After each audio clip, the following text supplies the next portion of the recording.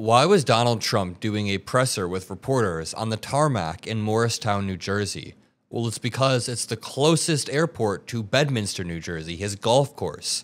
Donald Trump has been on his golf course over the weekend, and to break this down, I have contributor Chris Mowrey. He loves you, you love him. Check this out. The Trump administration has really been struggling lately. Donald Trump seems frustrated, annoyed. He's taking loss after loss after loss. And some of these losses are more funny. We laugh at the popcorn. Elon Musk is starting a new political party as the big, beautiful breakup, as some people are calling it, gets even worse. We're going to talk about some of that. But a lot of these losses are also costing lives, right? As we see, what's going on in Texas and Donald Trump's essentially failed response to it. We still don't know, or at least I'm not clear, where Donald Trump was this weekend. We had Kristi Noem get up on a stage and say, oh, Trump's thinking of you. And I thought to myself, where the hell is the president of the United States? So we're going to get into a couple of these things really quickly, though. My name's Chris Mowrey, filling in for Adam Mockler on the Adam Mockler channel. If you enjoy this type of content, the link to my YouTube channel will be in the description down below. You guys have shown so much love lately, and truly from the bottom of my heart, I appreciate it. On this channel, we're trying to build something big to punch back against what I call MAGA media, or this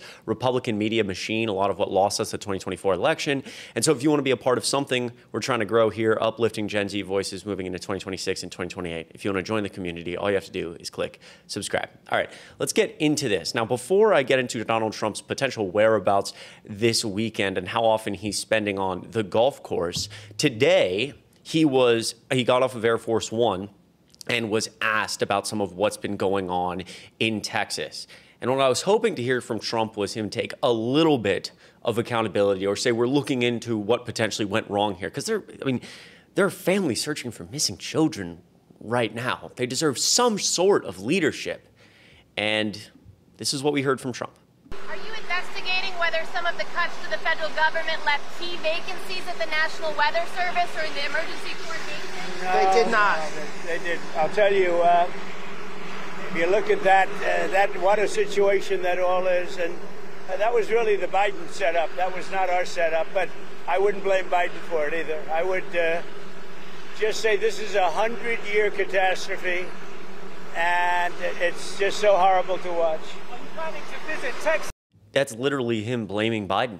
He said he blamed Biden, and then, I guess, tried to make it sound better by being like, I wouldn't blame him for that, but I'm blaming him for that. And it's like,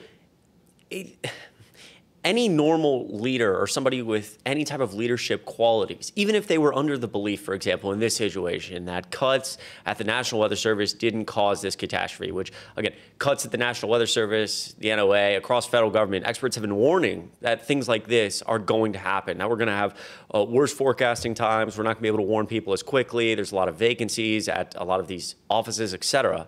Even if you were under the belief that that didn't cause it, maybe a response like, well, our current assessment is no, but we're looking into it. I would like to get answers for these families.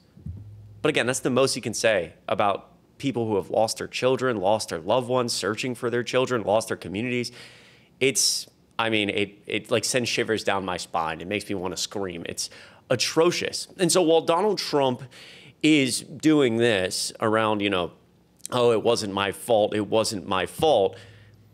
Elon Musk announced that he's forming a new America party to break from Donald Trump, announcing that he's going to start this third party to, essentially combat what he sees as all this ridiculous spending in Washington. Musk's feud with Trump may impact Republican 2026 election chances. The dispute between Republican President Donald Trump and his main campaign financer, Elon Musk, took another fractious turn on Saturday when the space and automotive billionaire announced the formation of a new political party, saying Trump's, quote, big, beautiful tax bill would bankrupt America. Quote, today the America Party is formed to give you back your freedom. So because of the bill that Donald Trump passed, this, quote, big, beautiful bill that is so unpopular, Elon Musk says, okay, it's time. I'm done with this. And again, you start to get into some more of Donald Trump's problems. He's golfing all the time. People are asking for answers. He passed his big, beautiful bill, and they're not even trying to spin it at this point that it's good. They're just straight lying about it. Trump just saying, oh, there's no tax on Social Security anymore. It's like, that's just a lie. He's just lying about things. They're not even trying to spin it. That's how bad it is. And we look at the realities of his bill as he runs on this idea of fiscal responsibility. Biden's spending was out of control. I'm going to start paying off the debt, as he said many times. When in reality, this bill is going to hurt, very much hurt, the future of the American economy. President Donald Trump's tax cut and spending bill, which passed Congress on Thursday, averts the near-term prospect of a U.S. government default, but makes America's long-term debt problems even worse. So something that a lot of people aren't talking about here was that lawmakers raised the U.S. government's $36.1 trillion borrowing limit that it was projected to hit later this summer by $5 trillion, a move that will assuage concerns over a possible default on U.S.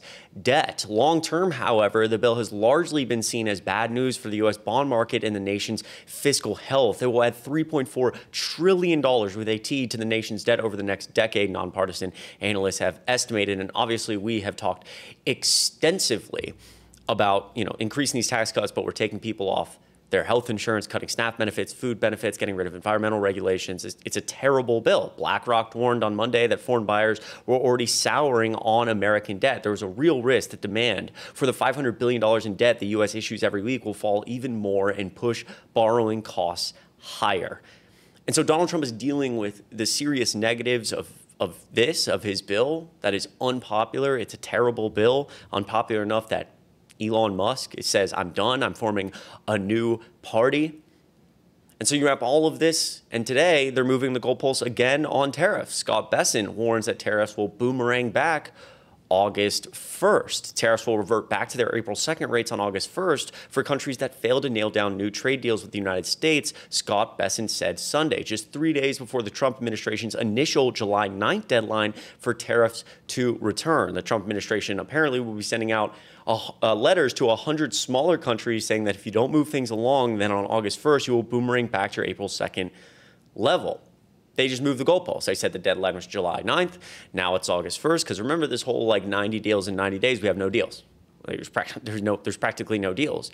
So tariffs are collapsing. Elon Musk really turning on him now, which could spell huge trouble for Republicans in 2026. His tax bill for the nation's fiscal health is awful, but also from a popularity standpoint is terrible. I mean, Republicans don't like it. Democrats don't like it. When Fox News polls are showing it at a disapproval rating of 60%, you're in trouble. And all of this, as he seems to just be golfing all the time, hiding away from the American public. Here's an article from today. Trump slammed for hiding on golf course as Texas flood death toll rises to 70 and 11 girls missing. Again, if you've been personally affected by this, I'm so truly, truly, truly sorry. President Donald Trump has been slammed for allegedly hitting the golf course again after 70 people, including 28 children, were killed in flash floods in Texas. The president often spends a significant amount of time at some of his most famous golf clubs, such as Trump International, blah, blah, blah, blah, blah. We don't care. And he left Bedminster, New Jersey, where one of his favorite courses is located, at 5 p.m. on Sunday. As I record this video, it's about 7 p.m. on Sunday. It comes as rescuers are continuing to scour through mangled trees and debris along the swollen Guadalupe River in an increasingly bleak mission to locate survivors. And so a lot of the questions now that are coming is, where was Donald Trump this weekend? Right? I made a video on this channel talking about Kristi Noem's press conference, and something that hit me pretty hard is, why is Kristi Noem telling us, oh, I've been on the phone with Trump. He wanted me to let you know that he's, sending his condolences. It's like, where's the president of the United States? And so I logged onto his True Social and I showed that at that time he was posting montages of himself. This was on Friday, Saturday, posting montages of himself saying, happy 4th of July weekend to ICE. My big, beautiful bill is the best. And so my understanding now that he's left Bedminster is Donald Trump was playing golf this weekend. Donald Trump has reportedly spent 22.5% of his time in office on the golf course. It's all he does is golf, and people are pissed. Sharing their anger on Twitter, another person said, tragic news coming from Texas this morning, 43 bodies recovered from the flash flood, 15 of which are children, and they haven't stopped searching.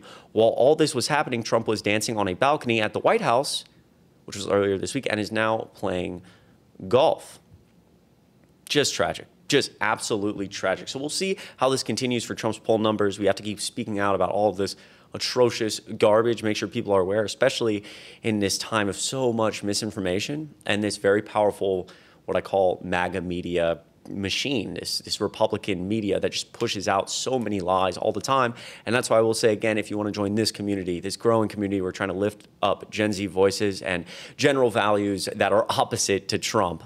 All you have to do is subscribe to join this community. It would mean a lot. Once again, my name is Chris Mowrey, filling in for Adam Mockler on the Adam Mockler channel. If you enjoyed this video, the link to my YouTube channel will be in the description down below. I appreciate you so much. I'm going to let you go here. I hope you have a great start to your week, and I will see you in the next video.